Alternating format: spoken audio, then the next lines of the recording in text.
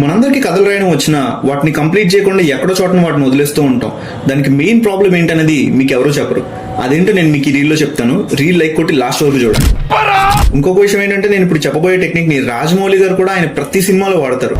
మనకు ఒక ఐడియా వచ్చిన తర్వాత అదే కథ అనుకుంటాం, కానీ నిజానికి ఒక సినిమా కథ ఏంటి అంటే మీ మెయిన్ క్యారెక్టర్ ఎవరు, అతనికి ఏం జరిగిన దానికి అతను ఎలా రియాక్ట్ అయ్యాడు, ఇదే ఒక సినిమా స్టోరీ. అర్జునుడి తీసుకున్నా, బాహుబలి తీసుకున్నా, ఇట్స్ ఆల్ అబౌట్ క్యారెక్టర్. ఈ క్యారెక్టర్ ని క్యారెక్టరైజేషన్ ఎలా రాయాలి అంటే, మీరు ఒక ఐడియా అనుకున్న తర్వాత మీ క్యారెక్టర్ ని రాసుకున్నప్పుడు మీ క్యారెక్టర్ ని మీరు రకరకాల క్వశ్చన్స్ వేయాల్సి ఉంటుంది. చెప్పు చెప్పవా చెప్పమన్నా కదా. సో వాటన్నిటిని కలిపి 100 questions to ask your character అని మేము ఒక పీడిఎఫ్ చేసాం. సో ఇన్ కేస్ మీరు ఎప్పుడైనా కథ రాద్దాం అనుకుంటున్న మీ క్యారెక్టర్స్ కి ఈ 100 క్వశ్చన్స్ ని అప్లై చేసి చూడండి. దాని రిజల్ట్ బట్టి మీ స్టోరీ అనేది చాలా బాగా ప్రోగ్రెస్ అవుతుంది. ఇన్ కేస్ మీకు ఈ పీడిఎఫ్ కావాలనుకుంటే ఈ రీల్ కి లైక్ కొట్టి, ఫాలో కొట్టి, కామెంట్ చేయండి. డైరెక్ట్ గా నేను ఈ పీడిఎఫ్ ని మీకు పంపిస్తాను.